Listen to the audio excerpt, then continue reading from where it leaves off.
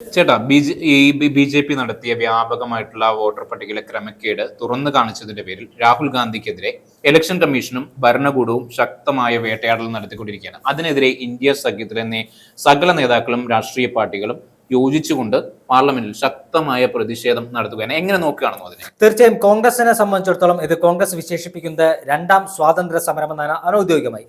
കോൺഗ്രസിന് ഇതൊരു ജീവൻ മരണ പോരാട്ടമാണ്. പ്രത്യേകിച്ച് രാജ്യത്തെ തെരഞ്ഞെടുപ്പ് സുതാര്യമല്ല, അല്ലെങ്കിൽ വോട്ടർ പട്ടികയിലടക്കം വ്യാപകമായ ക്രമക്കേടുണ്ടെന്നാണ് കോൺഗ്രസും രാഹുൽ ഗാന്ധിയും ആരോപണം ഉന്നയിക്കുന്നത്. ഈ ആരോപണം തെളിയിക്കേണ്ടത് കോൺഗ്രസിന്റെ ബാധ്യതയാണ്. ആ ഒരു സാഹചര്യത്തിൽ ശക്തമായ പ്രതിഷേധം, പ്രത്യേകിച്ച് ഇലക്ഷൻ കമ്മീഷൻ ആസ്ഥാനത്തേക്കടക്കം ശക്തമായ പ്രതിഷേധവുമായി മുന്നോട്ട് പോകുവാൻ തന്നെയാണ് കോൺഗ്രസിന്റെ തീരുമാനം.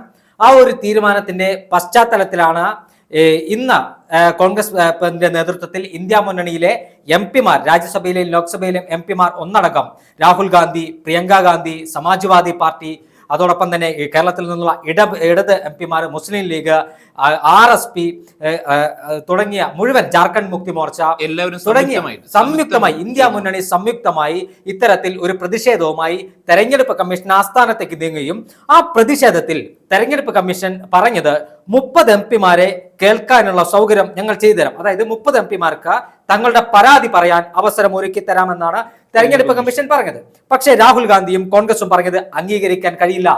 300 പേർക്കും, അതായത് സമരവുമായി എത്തുന്ന മുഴുവൻ MP-മാർക്കും പറയാനുള്ളത് കേൾക്കാൻ തെരഞ്ഞെടുപ്പ് കമ്മീഷൻ തയ്യാറാകണമെന്നാണ് രാഹുൽ ഗാന്ധി ആവശ്യപ്പെട്ടത്. അത് അംഗീകരിക്കാൻ ഈ തെരഞ്ഞെടുപ്പ് കമ്മീഷൻ തയ്യാറായില്ല എന്നത് മാത്രമല്ല, ഈ സമരത്തെ അടിച്ചമർത്താനാണ് ഡൽഹി പോലീസ് ശ്രമിച്ചത്. ഡൽഹി ഭരിക്കുന്നത് നിലവിൽ BJP ആണ്. ഡൽഹി ഭരിക്കുന്നു എന്ന് മാത്രമല്ല, ഡൽഹി പോലീസിന്റെ കടിഞ്ഞാൺ കേന്ദ്ര സർക്കാരിന്റെ കയ്യിലാണ്. ആ ഒരു പശ്ചാത്തലത്തിലാണ് രാഹുൽ ഗാന്ധിയുടെ സമരത്തെ, കോൺഗ്രസിന്റെ സമരത്തെ അടിച്ചമർത്തി ഇല്ലാതാക്കാമെന്ന ഒരു വ്യാമോഹമാണ് പോലീസിനുള്ളതെന്നാണ് കോൺഗ്രസ് പറയുന്നത്. കോൺഗ്രസ് ഈ വിഷയത്തിൽ യാതൊരു വിട്ടുവീഴ്ചയ്ക്കുമില്ല. വരും ദിവസങ്ങളിൽ അതിശക്തമായ സമരവുമായി മുഴുവൻ സംസ്ഥാനങ്ങളിലും മുന്നോട്ട് പോകാനാണ് കോൺഗ്രസിന്റെ തീരുമാനം. അതിന്റെ ഉദാഹരണമായി കഴിഞ്ഞ ദിവസം കർണാടകയിൽ 1 ലക്ഷത്തോളം പ്രവർത്തകരെ അണിനിരത്തിയാണ് കർണാടക തെരഞ്ഞെടുപ്പ് കമ്മീഷൻ ആസ്ഥാനത്തേക്ക് മാർച്ച് നടത്തിയത്. പക്ഷേ കർണാടകയിലെ തെരഞ്ഞെടുപ്പ് കമ്മീഷനൊക്കെ രാഹുൽ ഗാന്ധിക്കെതിരെ കേസെടുത്തിരിക്കുന്നു അല്ലെ? തീർച്ചയായും തെരഞ്ഞെടുപ്പ് കമ്മീഷൻ കേസെടുത്തല്ല, നോട്ടീസ് അയച്ചിട്ടുണ്ട്. ആ നോട്ടീസിന് മറുപടി പറയേണ്ട ബാധ്യത തീർച്ചയായും രാഹുൽ ഗാന്ധിയിലുണ്ട്. രാഹുൽ ഗാന്ധിയെ സംബന്ധിച്ചിടത്തോളം അദ്ദേഹം കൃത്യമായ ഗൃഹപാഠം നടത്തി കർണാടക, ഹരിയാന, അതോടൊപ്പം തന്നെ മഹാരാഷ്ട്ര, ഈ 3 സംസ്ഥാനങ്ങളുമായി ബന്ധപ്പെട്ട, പക്ഷേ മഹാദേവപുരയിൽ അദ്ദേഹം നടത്തിയ പരാമർശങ്ങളിൽ പലതും ഈ പറയുന്ന പോലെ പലതും യോജിക്കുന്നതായിരുന്നില്ല അല്ലെ? ആ മണ്ഡലങ്ങളുമായി ബന്ധപ്പെട്ട് ഒരിക്കൽ അങ്ങനെ പറയാൻ സാധിക്കില്ല. കാരണം ലോക്സഭാ തെരഞ്ഞെടുപ്പുമായി ബന്ധപ്പെട്ട് ഇരട്ട വോട്ടുകൾ ഉണ്ട് എന്നാണ് രാഹുൽ ഗാന്ധി പറഞ്ഞത്. ആ ഇരട്ട വോട്ടുകളുടെ ബാംഗ്ലൂർ സെൻട്രൽ മണ്ഡലത്തിൽ ഉൾപ്പെടുന്ന അവിടെ ഇരട്ട വോട്ടുകൾ ഉണ്ടെന്ന് കൃത്യമായി അദ്ദേഹം തെളിവ് സഹിതം ഒരു വീട്ടിൽ 80 വോട്ടുകൾ അടക്കം ഉണ്ട് എന്നാണ് രാഹുൽ ഗാന്ധി പറഞ്ഞു വെക്കുന്നത്. കോൺസ്റ്റിറ്റ്യുൻസി മൊത്തത്തിൽ പരിശോധിക്കുമ്പോൾ 8 കോൺസ്റ്റിറ്റ്യുൻസി ആണല്ലോ ഉള്ളത്. അതിൽ രാഹുൽ ഗാന്ധി പറഞ്ഞ കണക്കല്ല യഥാർത്ഥത്തിലുള്ള കണക്ക്. യഥാർത്ഥത്തിലുള്ള കണക്ക് 4 എന്നുള്ളതാണ്. അത് 4 സീറ്റ് ജയിച്ചത് ഒരു ലോക്സഭാ മണ്ഡലത്തിന് കീഴിൽ വരുന്ന നിയമസഭാ മണ്ഡലങ്ങളിൽ 4 സീറ്റ് ജയിച്ചത് കോൺഗ്രസും 4 സീറ്റ് ജയിച്ചത് BJP. അതല്ല, അത് മാറ്റി വെക്കുമ്പോൾ അതല്ല രാഹുൽ ഗാന്ധി പറഞ്ഞു വെക്കുക. രാഹുൽ ഗാന്ധി പറഞ്ഞു വെക്കുന്നത് ഇത്രത്തോളം വോട്ട്, ഇരട്ട വോട്ടുകൾ അടക്കം വോട്ടർ പട്ടികയിൽ ഉണ്ടെന്നാണ്. ഇരട്ട വോട്ടുകൾ എങ്ങനെ വോട്ടർ പട്ടികയിൽ എത്തി? ഒരു വീട്ടിൽ തന്നെ 80 വോട്ടുകൾ എങ്ങനെ എത്തി? ഒരു മുറി, അതായത് കർണാടകയിൽ അടക്കം സ്വാഭാവികമായിട്ടും കർണാടക ഭരിക്കുന്നത് സിദ്ധരാമയ്യാണോ കോൺഗ്രസ്? അതല്ല, അത് അവിടുത്തെ റവന്യൂ വകുപ്പാണ്. അപ്പോൾ സ്റ്റേറ്റ് ഇലക്ഷൻ കമ്മീഷനും ഈ റവന്യൂ തീർച്ചയായും ഇതിലൊരു മറ്റൊരു പ്രധാനപ്പെട്ട കാര്യമുണ്ട്. അന്തിമ വോട്ടർ പട്ടിക പ്രസിദ്ധീകരിച്ചു കഴിഞ്ഞാൽ ഒരു പക്ഷേ രാഷ്ട്രീയ പാർട്ടികൾ അത് കൃത്യമായി പഠിച്ചിട്ടുണ്ടാവില്ല. അന്തിമ വോട്ടർ പട്ടിക പ്രസിദ്ധീകരിച്ചതിന് ശേഷം അവിടുത്തെ ഭരണകൂടത്തിന്റെ ഭാഗത്തുനിന്നും ഒരു വീഴ്ച വന്നിരുന്നു. ഭരണകൂടത്തിന്റെ ഭാഗത്തുനിന്ന് ഒരു വീഴ്ച വന്നെന്ന് പറയാൻ പറ്റില്ല. കൃത്യമായ അന്വേഷണം കർണാടക സർക്കാർ ഇതിനകം പ്രഖ്യാപിച്ചു കഴിഞ്ഞു. അതോടൊപ്പം തന്നെ അതല്ല, ഈ ഇലക്ഷൻ നടക്കുന്ന വേളയിൽ ഈ പറയുന്ന ഭരണകൂടത്തിന്റെ ഭാഗത്തുനിന്ന് ഒരു വീഴ്ച, ഭരണകൂടത്തിന്റെ ഭാഗത്തുനിന്ന് വീഴ്ച എന്ന് നമുക്ക് വിശേഷിപ്പിക്കാൻ കഴിയില്ല. കാരണം കേന്ദ്രത്തിന് കീഴിലുള്ള തെരഞ്ഞെടുപ്പ് കമ്മീഷൻ, കേന്ദ്ര തെരഞ്ഞെടുപ്പ് കമ്മീഷനിലെ ഉദ്യോഗസ്ഥന്മാരിൽ പലരും BJPക്ക് സ്വാധീനമുള്ള പല ഉദ്യോഗസ്ഥന്മാരുണ്ട്. ഈ ഉദ്യോഗസ്ഥന്മാരെ ഉപയോഗപ്പെടുത്തിയാണ് ഇത്തരത്തിൽ വോട്ടർ പട്ടികയിൽ ക്രമക്കേട് നടത്തിയതെന്ന ഗുരുതരമായ ആരോപണമാണ് രാഹുൽ ഗാന്ധി ഉന്നയിക്കുന്നത്. ഇത് സംബന്ധിച്ചാണ് കർണാടക ഇപ്പോൾ അന്വേഷണത്തിന് ഉത്തരവിട്ടിരിക്കുന്നത്. കർണാടക ഭരിക്കുന്ന കോൺഗ്രസ് ഈ തെരഞ്ഞെടുപ്പ് കമ്മീഷനിൽ ഏത് രൂപത്തിൽ വോട്ടർ പട്ടികയിൽ ക്രമക്കേട് നടത്തിയെന്നത് കണ്ടെത്താനാണ് അന്വേഷണത്തിന് ഉത്തരവിട്ടത്. അന്വേഷണത്തിന്റെ റിപ്പോർട്ട് പുറത്തു വരും. ആ റിപ്പോർട്ട് പുറത്തു വന്നാൽ മാത്രമേ ക്രമക്കേട് നടന്നത് ആരുടെ സഹായത്തോടു കൂടിയാണ് എന്ന കാര്യത്തിൽ ഒരു വ്യക്തത വരുത്താൻ കഴിയും. പക്ഷേ ക്രമക്കേട് നടന്നിട്ടുണ്ടെന്ന് പ്രഥമ ദൃഷ്ട്യാ രാഹുൽ ഗാന്ധിയുടെ ആ വാർത്താ സമ്മേളനത്തിൽ തന്നെ വ്യക്തമായി.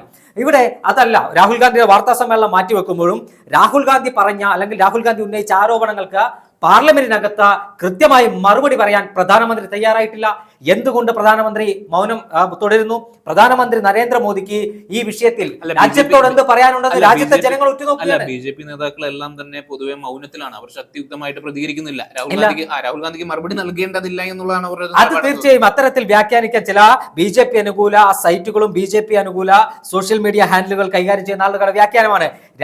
ലോകത്തെ ഏറ്റവും വലിയ ജനാധിപത്യ രാജ്യമായ ഇന്ത്യയിലെ ലോകരാജ്യങ്ങൾ ആകാംക്ഷാപൂർവ്വം അല്ലെങ്കിൽ ലോകരാജ്യങ്ങൾ ഏറെ കൗതുകത്തോടെ നോക്കിക്കാണുന്ന, കാരണം നാനാജാതി മതസ്ഥർ വിവിധ ഭാഷകൾ, ലോകത്തെ ഏറ്റവും വലിയ ജനാധിപത്യ രാജ്യമാണല്ലോ, വിവിധ ഭാഷകൾ സംസാരിക്കുന്ന എത്രത്തോളം 28 സംസ്ഥാനങ്ങളും കേന്ദ്രഭരണ പ്രദേശങ്ങളുള്ള ഈ രാജ്യത്തെ തെരഞ്ഞെടുപ്പ് പ്രക്രിയ ലോകത്തിന് തന്നെ ഒരു അത്ഭുതമാണ്.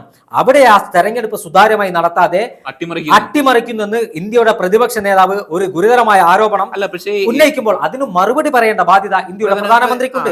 അദ്ദേഹം അത് വിഷയത്തിൽ മറുപടി പറയുന്നില്ല. സ്വാഭാവികമായിട്ടും ഇന്ത്യൻ പ്രധാനമന്ത്രിക്ക് അങ്ങനെ മറുപടി പറയേണ്ട ബാധ്യതയുണ്ട്. പക്ഷേ നമ്മൾ പരിശോധിക്കുന്ന മറ്റൊരു വസ്തുത എന്ന് പറയുന്നത്, എതിരാളികൾ പറയുന്നത് കർണാടകയിൽ ഈ പറയുന്ന നിയമസഭാ ഇലക്ഷൻ നടന്നല്ലോ, തെലങ്കാനയിൽ നിയമസഭാ ഇലക്ഷൻ നടന്നല്ലോ, ബീഹാറിൽ നടക്കാൻ പോകുന്നു, ജാർഖണ്ഡിൽ നടന്നല്ലോ, ജമ്മു കാശ്മീരിൽ ഈ തെലങ്കാനയും ജാർഖണ്ഡും ജമ്മു കാശ്മീരും ഒരു പ്രദേശങ്ങളിലൊന്നും സംസ്ഥാനങ്ങൾ ബി.ജെ.പിക്ക് കാര്യമായ സ്വാധീനമില്ലാത്ത പ്രദേശമാണ്. അല്ല, പക്ഷേ ജമ്മു കാശ്മീരിൽ നമുക്കറിയാം നാഷണൽ കോൺഫറൻസ് അവിടെ കോൺഗ്രസ് അടക്കമുള്ള ജമ്മു കാശ്മീരിലെ ഒരു നിയോജക മണ്ഡലത്തിലെ വോട്ടർമാരുടെ എണ്ണം എടുത്ത് നമ്മൾ പരിശോധിക്കണം. കൃത്യമായി നമുക്ക് കേരളവുമായി താരതമ്യം ചെയ്താൽ പോലും അല്ലെങ്കിൽ ത്രിപുരയുമായി താരതമ്യം ചെയ്തപ്പോൾ വളരെ കുറച്ച് അംഗങ്ങൾ മാത്രമാണ് അവിടെ വോട്ടർമാരായിട്ട് ഒരു മണ്ഡലത്തിലുള്ളത്. പക്ഷേ കർണാടകയോ മഹാരാഷ്ട്രയോ ഹരിയാനയോ അങ്ങനെയല്ല. ഒരു മണ്ഡലത്തിൽ വേറെ വ്യാപ്തിയുള്ള വിസ്തീർണമുള്ള മണ്ഡലങ്ങളാണ്. അത്തരം മണ്ഡലങ്ങളിലാണ് ബി.ജെ.പി ഇത്തവണ ഇത്തരത്തിൽ വോട്ടർ പട്ടികയിൽ ക്രമക്കേട് നടത്തിയത്. കോൺഗ്രസ് ഇപ്പോൾ ഗുരുതരമായ മറ്റൊരു ആരോപണം ഉന്നയിച്ചു കഴിഞ്ഞു. 48 മണ്ഡലങ്ങളിൽ ഇന്ത്യ മുന്നണി സ്ഥാനാർത്ഥികൾ പരാജയപ്പെട്ടത് 5000 വോട്ടിൽ താഴെയാണ്. ഈ 48 മണ്ഡലങ്ങളിലെ വോട്ടർ പട്ടിക കൃത്യമായി പഠിക്കാൻ ഇന്ത്യ സഖ്യം തീരുമാനിച്ചിട്ടുണ്ട്. ആ 48 മണ്ഡലങ്ങളിൽ ക്രമക്കേട് നടന്നിട്ടുണ്ടെന്നാണ് ഒരു അനൗദ്യോഗികമായ ആരോപണം. അതോടൊപ്പം തന്നെ നരേന്ദ്രമോദി ജയിച്ച വാരണാസി മണ്ഡലത്തിൽ കൃത്യമായി തെരഞ്ഞെടുപ്പിൽ ക്രമക്കേട് നടന്നെന്ന് കോൺഗ്രസും അവിടെ കഴിഞ്ഞ തവണ മത്സരിച്ച അജയ് റായും ആരോപണം ഉന്നയിക്കുകയാണ്. ഇത്തരത്തിൽ വ്യാപകമായ ക്രമക്കേട് വോട്ടർ പട്ടികയിൽ നടന്നിട്ടുണ്ട് എന്നതിന്റെ പ്രത്യക്ഷ ഉദാഹരണമാണ് രാഹുൽ ഗാന്ധി പുറത്തുവിട്ട ആ കണക്ക് വ്യക്തമാക്കുന്നതെന്ന് കോൺഗ്രസ് പറയുന്നു. ഇതേ ആരോപണങ്ങൾ തന്നെ കേരളത്തിൽ നിലനിൽക്കുന്നുണ്ടെന്ന് തോന്നുന്നു അല്ലെ? അടൂർ പ്രകാശൊക്കെ ഈ പറയുന്ന കള്ളവോട്ടുമായി ബന്ധപ്പെട്ടുകൊണ്ട് ശക്തിയുക്തമായി പ്രതികരിച്ചിരുന്നു. അദ്ദേഹം മത്സരിച്ചിരുന്ന മണ്ഡലങ്ങളിൽ മൊത്തത്തിൽ ഒരു ക്യാമ്പയിൻ നടത്തിയിരുന്നു. എന്നിട്ട് അദ്ദേഹവും ഇതേപോലെ തന്നെ ഇരട്ട വോട്ടുകൾ കണ്ടെത്തിയിരുന്നു. അടൂർ പ്രകാശ് തന്നെ തുറന്നു പറയുന്നുണ്ട്. അതുപോലെ തന്നെ ഈ തൃശ്ശൂരും വി എസ് സുനിൽകുമാർ തന്നെ തുറന്നു പറയുന്നു, ബി.ജെ.പി വ്യാപകമായിട്ട് കള്ളവോട്ടർമാരെ ആഡ് ചെയ്തിരുന്നു എന്നും ഫ്ളാറ്റുകൾ കേന്ദ്രീകരിച്ചുകൊണ്ട് കള്ളവോട്ടുകളെ ആഡ് ചെയ്തിരുന്നു എന്നും കേരളത്തിലും സമാനമായിട്ടുള്ള സ്ഥിതി തന്നെ നിലനിൽക്കുന്നു അല്ലെ? മറ്റു സംസ്ഥാനങ്ങളിൽ തീർച്ചയായും നേരത്തെ ആറ്റിങ്ങൽ ജയിച്ച MP അടൂർ പ്രകാശ് ഇത്തരത്തിൽ ആരോപണം ഉന്നയിച്ചിരുന്നു. ഇരട്ട വോട്ടുകൾ പലതും പരാതി കൊടുത്തതിനു ശേഷം വെട്ടിമാറ്റിയിരുന്നു. തൃശ്ശൂരിലെ ബി.ജെ.പിയുടെ ജയം ഇരട്ട വോട്ടുകളുടെ പിൻബലത്തോടെയാണെന്ന കോൺഗ്രസും ഇടതുമുന്നണിയും ആരോപണം ഉന്നയിക്കുന്നത്.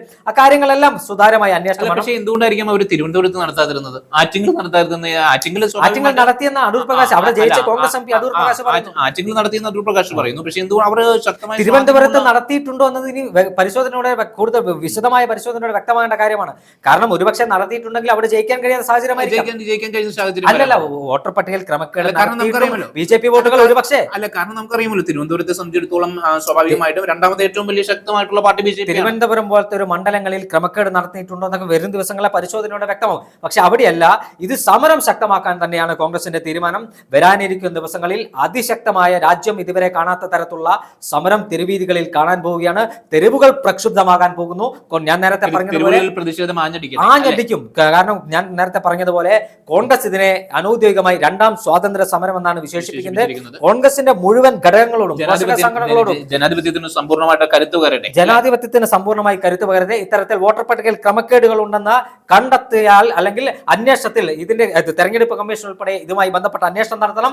ലോകത്തിന്റെ മുന്നിൽ ഇന്ത്യക്ക് തലയുയർത്തി നിൽക്കണം. ജനാധിപത്യ രാജ്യമായ ഇന്ത്യക്കകത്ത് വോട്ടർ പട്ടികയിലും തെരഞ്ഞെടുപ്പിലും ഒരു ക്രമക്കേടുമില്ല. അത് സുതാര്യമായി നടത്തേണ്ടതാണെന്ന് ലോകത്തോട് വിളിച്ചു പറയേണ്ട ചുമതല രാജ്യം ഭരിക്കുന്നവർക്കുണ്ട്, രാജ്യത്തെ പ്രതിപക്ഷത്തിനുണ്ട്, രാജ്യത്തെ മുഴുവൻ രാഷ്ട്രീയ പാർട്ടികൾക്കുണ്ട്. ആ ഉത്തരവാദിത്വം നിറവേറ്റാൻ പ്രധാനമന്ത്രി നരേന്ദ്രമോദിയും അതോടൊപ്പം തന്നെ കേന്ദ്രം ഭരിക്കുന്ന ബി.ജെ.പിയും തെരഞ്ഞെടുപ്പ് കമ്മീഷനും ഇന്ത്യയിലെ നീതിന്യായ വ്യവസ്ഥകളും തയ്യാറാകുമെന്ന് തന്നെ നമുക്ക് പ്രതീക്ഷിക്കാം.